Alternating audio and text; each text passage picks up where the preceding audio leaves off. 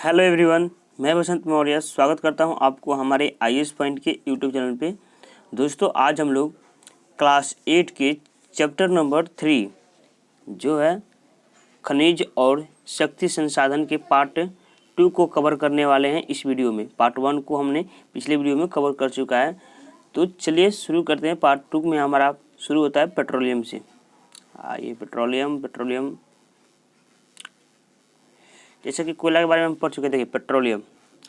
Petroleum जिसे हम लोग अपने कार चलाने में पेट्रोल का प्रयोग करते हैं, बाइक चलाने में प्रयोग करते हैं पेट्रोल का।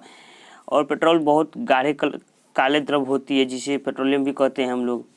जो पेट्रोलियम होता है वो ऑयल है। आप तो जानते ही होंगे, देखे ही होंगे, तो उसे पेट्रोलियम कहते हैं। यह शैलों की परतों के मध्य पाया जाता है और इनका जो विधन तापीय अपघटती व तटीय क्षेत्रों में स्थित तेल क्षेत्रों में किया जाता है। तदुपरांत इसे परिष्करणशाला भेजा जाता है। जब इस तेल का हम लोग खोज करते हैं, मतलब इसकी निकाला जाता है इसको धरती के अंदर से, तो इसको रिफाइनरी करने के लिए इसको भेजा जाता है प्रयोगशाला में। तो वहाँ से रिफाइनरी करके वहाँ से हमको तेल प्राप्त होता है। तब उसका उपयोग हम लोग अपनी बाइक चलाने में, गाड़ी चलाने में करते हैं। जहाँ अपरिष्कृत पेट्रोलियम के प्रक्रम से विभिन्न तरह के उत्पादक, जैसे वहाँ से डीजल भी मिलता है, पेट्रोल भी, मिट्टी का तेल भी, मोम, प्लास्टिक सभी तैयार होते हैं। उसके बाद पेट्रोल इसमें से निकाला जाता है। सब मशीन रिफाइनरी के द्वारा निकाला जाता है। पेट्रोलियम और इससे बने उत्पादों को काला सोना भी कहा जाता है। क्योंकि पेट्रोलियम को काला सोना इसलिए कहा जाता है क्योंकि ये बहुत मूल्यवान होते हैं। पेट्रोलियम के मुख्य उत्पादक देश, पेट्रोलियम मुख्य रूप से किस किस देश में पाए जाते हैं? तो ईरान, ये सवाल बन सकता है, तो आप भी याद कीजिएगा, नोट्स पे अपना लिख लीजिए। ईरान, इराक, सऊदी अरब और कतर तथा अन्य मुख्य उत्पादक संयुक्त राज्य अमेरिका, रूस, वेनेजुएला और अल्जीरिया है। भारत में मुख्य उत्पादक क्षेत्र है। असम में डिगबोई है और बॉम्बे में बॉम्बे हाई जो समुद्र के अंदर है, वो भी पेट्रोलियम भी वहाँ से निकाला जाता है। और कृष्णा और गोदावरी नदियाँ के डेल्टा भी हैं। तो चलिए, हमारा पेट्रोलियम के बारे में समाप्त हो गया। प्राकृतिक गैस के बारे में जानते हैं। देखिए, प्राकृतिक गैस पेट्रोलियम निक्षेपों के साथ पाई जाती है और तब निर्मुक्त होती है जब अपरिष्कृत तेल को धरातल पर लाया जाता है।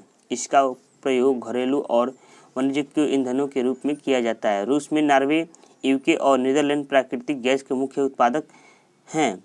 भारत में जैसलमेर, कृष्णा, गोदावरी डेल्टा, त्रिपुरा और मुंबई के कुछ तटीय क्षेत्रों में प्राकृतिक गैस संसाधन है। विश्व के बहुत कम देशों के पास प्राकृतिक गैस के अपने पर्याप्त भंडार हैं। ये जो प्राकृतिक गैस है, इसको भी पेट्रोलियम की जो निक्षेप होती है, पेट्रोलियम जहाँ से निकाला जाता है, पेट्रोलियम के ही निक्षेप में से रिफाइनरी करके उसमें से छाट करके इसका प्रयोग किया जाता है, इसको निकाला जाता है। तो ये भी बहुत, देखिए, ये किस देश में पाया जाता है? रूस में, नॉर्वे में, यूके में, नीदरलैंड में, यहाँ पे ये सब अच्छा तरह से पाया जाता है। और हमारा भारत में जैसलमेर, कृष्णा, गोदावरी डेल्टा, त्रिपुरा और मुंबई के कुछ तटीय प्रदेशों में, तटीय क्षेत्रों में भी प्राकृतिक गैस पाए जाते हैं। देखिए, हमारे द्वारा जीवाश्म में ईंधनों के उपभोग की तीव्र वृद्धि ने चिंताजनक दर से इन्हें समाप्ति तक पहुंचा दिया है। हम लोग इसका इतना ज़्यादा उपयोग किए हैं कि अब ये समाप्त होने वाले हैं। इन ईंधनों के जलने से निकलने वाले विषैले प्रदूषक भी चिंता का विषय है। इस ईंधन से जो निकलती है धुआं, वो जो हो हमारी जो वातावरण को प्रदूषित करती है, ये भी बहुत जहरीली होती है। जीवाश्म ईंधन का अनियंत्रित जलना अनियंत्रित टोंडे के टपकने के समान है, जो अंततः सूख जाती है। इसने हमारा ध्यान ऊर्जा के विभिन्न गैर परंपरागत स्रोतों के दोहन की ओर बढ़ाया, जो कि जीवाश्म ईंधनों की छदर है। संपीड़ित प्राकृतिक गैस CNG एक प्रचलित पर्यावरण हितैषी ऑटोमोबाइल ईंधन है, क्योंकि यह पेट्रोलियम और डीजल की तुलना में बहुत कम प्रदूषित होते थे। CNG गैस होती है जो कि अब तो गाड़ियाँ वाहन भी चलाने में इसका प्रयोग किया जाता है। ये ज़्यादा पर्यावरण को दूषित नहीं करती है। आइए जानते हैं जल विद्युत। ये जल विद्युत क्या होता है? इसको टरबाइन लगा करके बिजली पैदा किया जाता है। बांधों में वर्षा जल अथवा नदी जल ऊंचाइयों से गिराने के लिए संग्रहित किया जाता है। बांध के अंदर से पाइप के द्वारा बहता जल बांध के नीचे स्थित टरबाइन के ऊपर गिराता है। घूमते हुए ब्लेड जनरेटर को विद्युत के लिए घुमाते हैं। यह जल विद्युत कहलाती है। देखिए जल से विद्युत कैसे पैदा होती है, आपको अगर इससे अच्छा जानना है तो आप एक मूवी है स्वदेश मूवी, आप उस मूवी को देखिएगा। उसमें क्या किया जाता है, जो जल रहता है पहाड़ों पे, तो उसमें वहाँ से पाइप लगा करके पहाड़ों पर से पानी लाया जाता है और यहाँ पे टरबाइन लगा दिया जाता है। जब पानी आती है तो टरबाइन को घुमाती है। जब टरबाइन को घुमाती है तो मोटर जब चलता है तो बिजली पैदा होती है। ऐसे ही टरबाइन से बिजली पैदा किया जाता है। देखिए विद्युत उत्पादन करने के बाद जो जल बहता है उसका उपयोग कृषि में किया जाता है। जब ये पानियाँ आएगी नदियाँ में से, यहाँ पे देखिए, यहाँ पे तो सिंपल नदी में से जब पानी जाता है, ये जब जाएगी तो ये कृषि के लिए चली जाएगी, खेतों में किया जाता है। विश्व की ऊर्जा का 1/4 हिस्सा जल विद्युत से उत्पादन होता है। विश्व में जल विद्युत के अग्रणी उत्पादक देश पराग्वे, नॉर्वे, ब्राज़ील और चीन। भारत में भी कुछ महत्वपूर्ण जल विद्युत केंद्र हैं। भाखड़ा नागल बांध पर है, गांधी सागर, नागार्जुन सागर और दामोदर नदी घाटी परियोजनाएं यहाँ पर भी हैं। यहाँ पर भी बिजली पैदा किया जाता है। देखिए विश्व में का पहला जल विद्युत उत्पादन करने वाला देश नॉर्वे है। नॉर्वे में सबसे पहले विद्युत का उपयोग किया गया है। देखिए यही है, नदियों से पानी आ रहा है, यहाँ पे टरबाइन है। ये जब जल आएगा इधर से, ये टरबाइन को घुमाएगा। जब ये टरबाइन को घुमाएगा तो जल नीचे चला जाएगा, जिससे खेतों में चला जाएगा। और ये जनरेटर है देखिए, और यहाँ से बिजली सप्लाई होती है गाँवों में या शहरों में। अब हम जानते हैं ऊर्जा के गैर परंपरागत स्रोत के बारे में। जीवाश्मी ईंधनों के बढ़ते उपयोग से ऊर्जा के गैर परंपरागत स्रोत का अभाव उत्पन्न हो रहा है। ऐसा अनुमान किया जाता है कि यदि वर्तमान दर से इनका उपभोग लगातार होता रहा है तो इन ईंधनों के भंडार समाप्त हो जाएंगे। इसके अतिरिक्त इनका उपयोग पर्यावरणीय प्रदूषित भी पैदा करता है। इसलिए गैर परंपरागत स्रोत जैसे पवन ऊर्जा, ज्वारीय ऊर्जा जो नवीकरणीय और वे उपयोग की आवश्यकता है। देखिए गैर परंपरागत ऊर्जा का उपयोग हम लोग अगर ज़्यादा करेंगे तो ये आने वाले समय में समाप्त भी हो सकता है और इससे हमें काफ़ी हानियाँ भी होती है, क्योंकि इसकी वजह से हमारा जो पर्यावरण है वह दूषित होता है। तो इसके लिए हमको पवन ऊर्जा का प्रयोग करना चाहिए, ज्वारीय ऊर्जा का। तो आइए हम लोग सौर ऊर्जा के बारे में जानते हैं। सोलर सिस्टम लगा करके बिजली पैदा किया जाता है। देखिए विश्व का प्रथम सौर और पवन चलित बस अड्डा स्कॉटलैंड में है। बस अड्डा ये आप याद रख लीजिएगा। सूर्य की ऊष्मा और प्रकाश ऊर्जा हमारे द्वारा प्रतिदिन अनुभव की जा सकती है। सूर्य से प्राप्त और सौर ऊर्जा और सेलों में विद्युत उत्पन्न करने के लिए प्रयोग की जा सकती है। इनमें से कई सेलों को सौर पैनल में से तापन व प्रकाश के लिए शक्ति उत्पन्न करने के लिए जोड़ा जाता है। धूप की प्रचुरता वाले उष्ण कटिबंधीय देशों के लिए सौर ऊर्जा के उपयोग की प्रौद्योगिकी बहुत लाभदायक है। सौर ऊर्जा उपयोग का सौर तापक, सौर कुकर, सोलर ड्रायर के साथ समुदाय की रोशनी देने का यातायात संकेतों में होता है। देखिए ये है सोलर लाइट, सोलर ऊर्जा।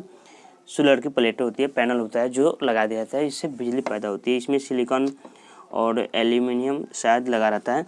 तो जब सूर्य की प्रकाश इस पर पड़ती है तो ये बिजली पैदा करती है। ये देखिए यहाँ पे कुछ दिया है हम लोगों का ऊर्जा के गैर परंपरागत सौर ऊर्जा, परमाणु ऊर्जा, तापीय ऊर्जा, बायोगैस, ज्वारीय ऊर्जा। तो इसमें क्या लाभ है उससे और क्या हानियाँ हैं, तो इसमें सभी बताया गया है। सब चीज़ से कुछ ना कुछ हानि है, तो मैं आपको बाद में बताऊंगा। ये पहले इधर हम लोग पढ़ लेते हैं पवन ऊर्जा के बारे में। पवन ऊर्जा, देखिए पवन ऊर्जा क्या होता है, जो वो पंखा की तरह ऐसे ही लगा दिया जाता है और जब हवा आता है तो इसको घुमाता है तो टरबाइन चलती है तो बिजली पैदा होती है। देखिए पवन ऊर्जा का एक समाप्य स्रोत है। पवन चक्कियों का उपयोग अनाजों को पीसने और जल निकालने के लिए चिरकाल से चलाया जा रहा है। वर्तमान पवन चक्की में तीव्र गति से चलती हवाएं पवन चक्की की घुमाती है, जो विद्युत उत्पादन करने के लिए जनरेटर से जुड़ी होती है। पवन चक्कियों के समूह से युक्त पवन फार्म तटीय क्षेत्रों और पर्वतीय घाटियों में जहां प्रबल और लगातार हवाएं चलती है, वहां पे पवन ऊर्जा का प्रयोग किया जाता है। चलती है वहां स्थित है Pawan pharma Netherland, Germany, Denmark, UK, USA और स्पेन में पाए जाते हैं, जो पवन ऊर्जा उत्पादन में उल्लेखनीय है। पवन ऊर्जा का सबसे ज़्यादा बिजली पैदा किया जाता है पवन ऊर्जा से Netherlands, Germany, Denmark, UK, USA और स्पेन। अब हम जानते हैं परमाणु ऊर्जा। परमाणु ऊर्जा आइए जानते हैं। परमाणु ऊर्जा प्राकृतिक तौर से प्राप्त रेडियो सक्रिय पदार्थ जैसे यूरेनियम और थोरियम के परमाणु के केंद्रक में संग्रहित ऊर्जा से प्राप्त की जाती है। जो हमारी परमाणु ऊर्जा है वह प्राकृतिक तौर पर रेडियो सक्रिय पदार्थ जैसे यूरेनियम और थोरियम के परमाणु के केंद्रों में संग्रहित ऊर्जा, उसके जो केंद्र में संग्रहित ऊर्जा होती है उससे बिजली पैदा किया जाता है। ये पदार्थ नाभिकीय रिएक्टरों में नाभिकीय विखंडन से गुजरती है और उत्सर्जित ऊर्जा की प्राप्ति होती है। परमाणु ऊर्जा के सबसे बड़े उत्पादक संयुक्त राज्य अमेरिका और यूरोप है। भारत में भी इससे बिजली पैदा किया जाता है, लेकिन राजस्थान और झारखंड के पास यूरेनियम के विशाल निक्षेप है। वहाँ से यूरेनियम विशाल मात्रा में केरल के मोनोजाइड में बालू में पाए जाते हैं। भारत में स्थित परमाणु ऊर्जा के केंद्र तमिलनाडु कलक्कम, महाराष्ट्र में तारापुर, राजस्थान में कोटा के निकट राणा प्रताप सागर, उत्तर प्रदेश में नरोड़ा और कर्नाटक में कैगा। हम यहाँ से बिजली पैदा किया जाता है परमाणु ऊर्जा, ये हमारे देश की है। आइए जानते हैं भूतापीय ऊर्जा। ताप ऊर्जा जो पृथ्वी से प्राप्त की जाती है। देखिए पृथ्वी के अंदर बहुत ज़्यादा गर्म होती है, तो उसके अंदर से जो ताप निकलता है उससे बिजली पैदा किया जाता है। भूतापीय ऊर्जा कहलाती है। पृथ्वी के अंदर गहराई बढ़ने के साथ तापमान में लगातार वृद्धि होती जाती है। कभी कभी यह तापमान ऊर्जा भू सतह पर गर्म जल के झरने के रूप में प्रकट हो सकती है। यह ताप ऊर्जा शक्ति उत्पादन करने में प्रयुक्त की जा सकती है। वर्षा से गर्म जल के स्रोत के रूप में भूतापीय ऊर्जा खाना बनाने, ऊष्मा प्राप्त करने और नहाने के लिए प्रयोग में लाई जाती है। यूएसए विश्व का सबसे बड़ा भूतापीय ऊर्जा का संयंत्र है। यूएसए अमेरिका में, ये इसके बाद न्यूजीलैंड, आइसलैंड, फिलीपींस और मध्य अमेरिका में है। भारत में भूतापीय ऊर्जा के संयंत्र हिमाचल प्रदेश में मणिकर्ण और लद्दाख में पूर्वा घाटी में स्थित है। ये आप इम्पोर्टेंट है, याद रखिएगा। ये देखिए मणिकर्ण, यहीं पे भूतापीय ऊर्जा है। ये पृथ्वी के अंदर जितने हम गहराई में जाएंगे तो अंदर जाएंगे तो ताप निकलेगा, मतलब ज़्यादा गर्म हवा निकलेगी, ताप। तो उसी ताप से हम लोग को बिजली पैदा किया जाता है नीचे पाइप लगा करके। ये देखिए यहाँ पर भूतापीय नाभिकीय रिएक्टर है। गर्म जल यहाँ से जब बाहर आता है ऊष्मा के द्वारा, ये क्या करता है, जाके करके टरबाइन को नचाता है। जब टरबाइन को नचाता है तो टरबाइन जनरेटर को नचाता है, मोटर को, तो बिजली पैदा होती है। देखिए यहाँ पर भी बताया गया भूतापीय, सॉरी वो वाला, तो ये हम लोग का है परमाणु ऊर्जा वाला। ये परमाणु ऊर्जा वाला है, विखंडन के द्वारा होता है। ये हम लोग का है भूतापीय ऊर्जा। देखिए पृथ्वी के अंदर पाइप डाल दिया जाता है, तो जब पृथ्वी के अंदर टाइप, आप देखते हैं कभी कभी प्राकृतिक दरारें, मतलब खेत खलियान या फिर सड़कों पे दरारें आ जाती है, वो ज़्यादा गर्मी के कारण अंदर पृथ्वी के वो आता है। तो जब यहाँ पे हम लोग नीचे डाल देंगे पाइप, तो उसके बाद से वहाँ से गर्म ताप निकालेंगे तो बिजली पैदा होती है। चलिए, विश्व का पहला जो ज्वारीय ऊर्जा स्टेशन है वह फ्रांस में बनाया गया था। ज्वारीय ऊर्जा के बारे में जानते हैं। ज्वार से उत्पन्न ऊर्जा को ज्वारीय ऊर्जा कहते हैं। इस ऊर्जा का विदोहन समुद्र के संकरे मुहाने में बांध के निर्माण से किया जाता है। उच्च ज्वार के समय ज्वारों को ऊर्जा का उपयोग बांध में स्थापित टरबाइन को घुमाने के लिए किया जाता है। रूस, फ्रांस और भारत में कच्छ की खाड़ी में विशाल ज्वारीय मिल के क्षेत्र हैं। देखिए ज्वार ऊर्जा, जब समुद्र में ज्वार आती है तो वह पानी क्या होता है, ज्वार ऊर्जा जब आता है तो पानी भर जाता है इसमें। जब पानी भर जाता है तो उधर से पानी निकलता है धीरे धीरे, तब टरबाइन को नचाता है, तो क्या होता है, तो बिजली पैदा होता है। यही ज्वार ऊर्जा का कारण है। इसमें देखिए बनाई गया है इसमें छिद्र। पानी जाने के लिए। और हाँ, विश्व का जो पहला ज्वारीय ऊर्जा स्टेशन है जो फ्रांस में स्थित है, यह भी आपको याद रखिएगा। आइए हम जानते हैं बायोगैस गोबर गैस से जो देखिए जैविक अपशिष्ट जैसे मृत पौधे और जंतुओं के अवशेषों, पशुओं का गोबर, रसोई के अपशिष्ट की गैसीय ईंधन है। जो पशुओं का गोबर होता है उससे हम लोग खाना भी बनाते हैं, तो उसी का प्रयोग करके बिजली पैदा किया जाता है। देखिए अपशिष्ट को गैसीय ईंधन में बदला जा सकता है, इसे बायोगैस कहते हैं। जैविक अपशिष्ट बैक्टीरिया द्वारा बायोगैस संयंत्र में अवघटित होते हैं, जो कि अनिवार्य रूप से मीथेन यानी कि पुआल, जो खेतों का पुआल होता है उसमें पाया जाता है। तो ये सभी बायोगैस कार्बन डाइऑक्साइड का मिश्रण है। बायोगैस खाना पकाने तथा विद्युत उत्पादन का सर्वोत्तम ईंधन है और इसे प्रति वर्ष बड़ी मात्रा में जैव खाद का उत्पादन होता है। ऊर्जा सर्वव्यापी है, लेकिन इस ऊर्जा का विद्रोहन बहुत ही कठिन है, खर्चीला है। हमें से प्रत्येक व्यक्ति ऊर्जा को नष्ट न करके एक विभिन्नता ला सकता है। ऊर्जा की बचत ही ऊर्जा का उत्पादन है। अभी कार्य करें और ऊर्जा के भविष्य के सुनहरा बनाए। ये बायोगैस, यही तो है हमारा बायोगैस टंकी। इसमें गोबर वोबर पुआल वाल जो भी मीथेन जो भी रहता है वो इसमें डाल दिया जाता है, तो इस पर ऊष्मा उत्पन्न होती है, तो इसको पाइप के द्वारा निकाल दिया जाता है। इधर से देखिए खाद भी यह बन जाता है जो खेतों में काम आता है, और जो भी इससे निकलता है तो बिजली पैदा करते हैं। तो दोस्तों अब हम लोग का चैप्टर हो गया समाप्त। और देखिए ये हम आपको बता रहे थे कि ऊर्जा के गैर परंपरागत स्रोतों के क्या लाभ है क्या हानि है। तो जानते हैं हम लोग पवन ऊर्जा से। देखिए इससे लाभ क्या है कि ध्वनि प्रदूषण नहीं होता है, पवन चक्कियों की स्थापित करना महंगा है, और रेडियो और दूरदर्शन, नहीं हानि भी बता रहे हैं, सॉरी। और जो पवन ऊर्जा चक्कियाँ है उसको महंगा, काफ़ी पैसा ज़्यादा खर्च होगा।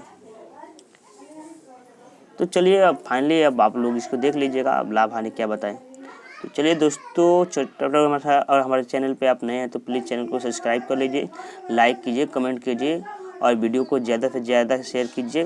चलिए मिलते हैं अगले वीडियो में। जय हिंद, जय भारत, वंदे मातरम।